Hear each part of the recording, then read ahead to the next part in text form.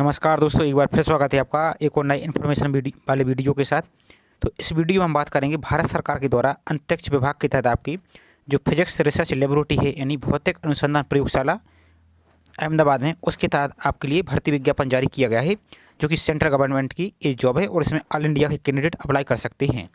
तो इसके संबंध में सहायक एवं कनिष्ठ व्यक्ति सहायक की भर्ती यानी assistant and junior personal assistant की पद के लिए विज्ञापन जारी किया गया है, जिसके ऑनलाइन फॉर्म फिलिंग भी स्टार्ट हो चुकी हैं। तो इसकी हम विभिन्न प्रकार की सेवा शर्तों और अन्य जानकारी को इस वीडियो के माध्यम से देख लेते हैं। आपसे निवेदन है कि वीडियो को आप पूरा जरूर देख लीजिए।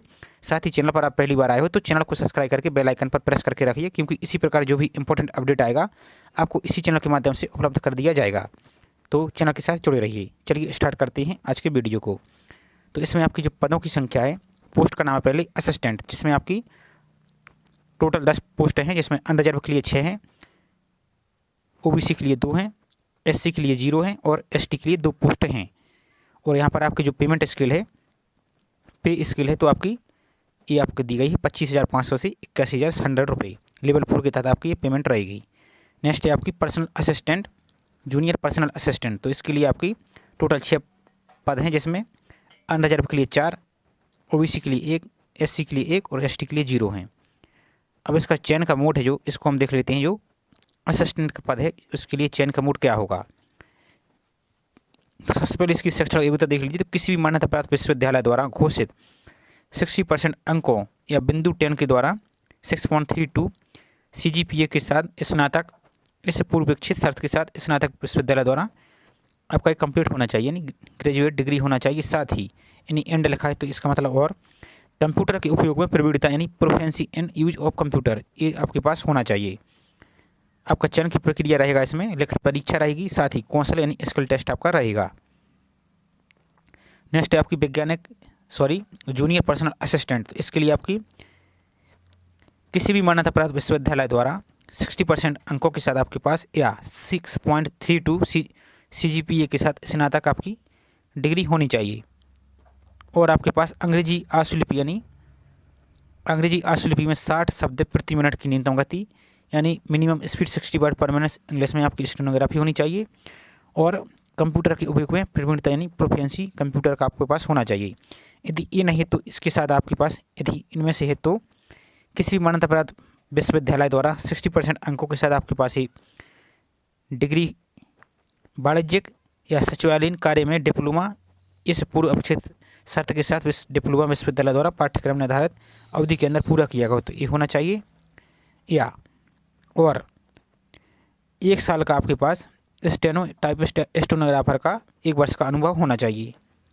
और इसके साथ ही आपके पास अंग्रेजी में आपके पास 60 वर्ड पर मिनट स्टेनोग्राफी और कंप्यूटर का आपके पास ये नॉलेज होना चाहिए। तो इनमें से आपके पास या तो ये ऊपर वाली योग्यता है तो आप फिल कर सकते हैं, यदि ऊपर वाली नहीं है तो नीचे वाली आपके साथ पास हैं, यदि ये वाली है आपके पास तो भी आप इसमें ऑनलाइन फॉर्म फिल कर सकते हैं। अब इसका सिलेक्शन प्रोसीजर क्या रहेगा, तो लिखित परीक्षा रहेगी, साथ ही आपकी स्किल टेस्ट रहेगी। स्किल परीक्षा कंप्यूटर साक्षरता एवं skill test and computer literacy and stenography आपके पास ही टेस्ट होगा, तो इसको आप देख लीजिए। अब इसकी अन्य जानकारी को हम देख लेते हैं और इसकी लिंक आपको दे दी जाएगी, तो आप वहाँ से डाउनलोड करके इसको अच्छी तरह से पढ़ सकते हैं। उसके बाद ही आप इसमें ऑनलाइन फॉर्म फिल को कीजिए।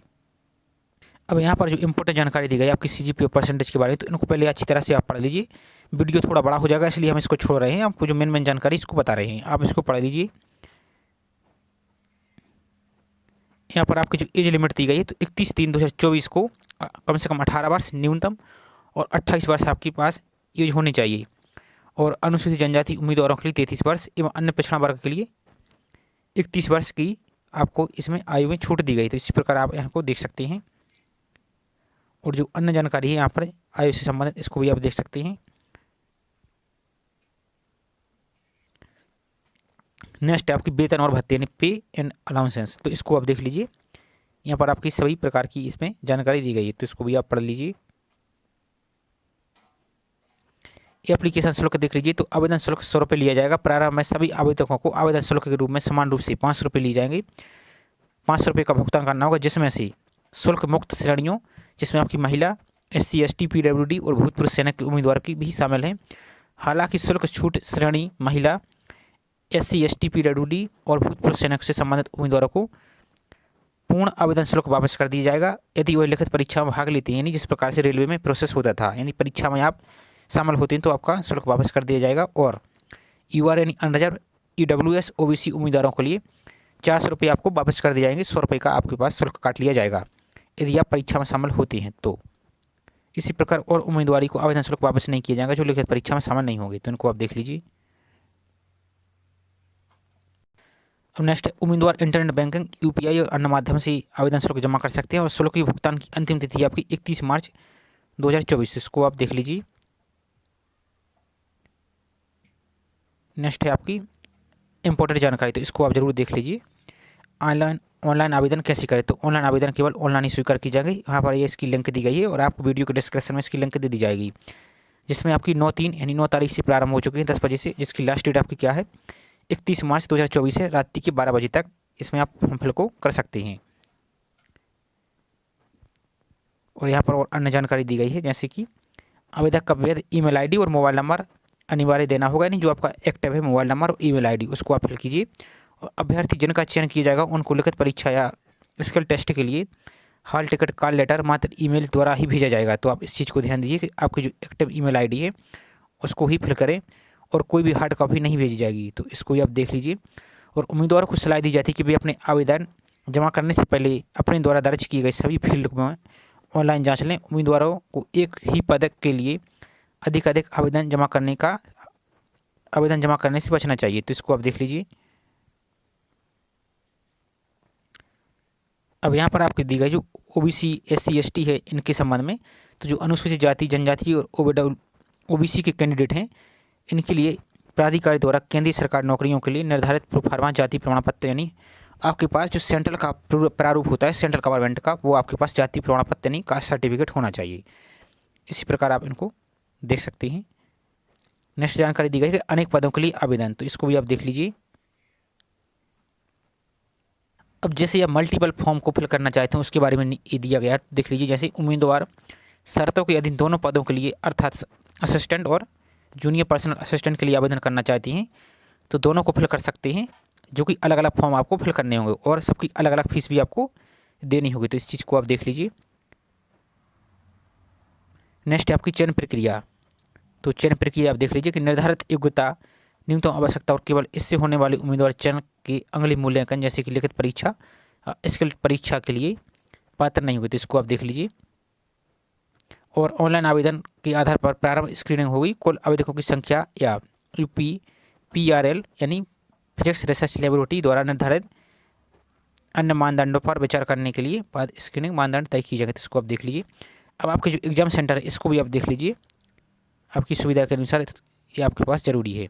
तो लिखित परीक्षा आपकी अहमदाबाद, बेंगलुरु, चंडीगढ़, दिल्ली, हैदराबाद, कोलकाता, लखनऊ, शिलोंग, तिरुवनंतपुरम, उदयपुर जैसे 10 स्थानों पर आयोजित की जाएगी। हालांकि PRL के पास लिखित परीक्षा स्थल को रद्द करने या बदलने और उम्मीदवारों की किसी अन्य परीक्षा केंद्र पर फिर से आवंटित करने का अधिकार सुरक्षित रहेगा, तो इसको आप देख लीजिए।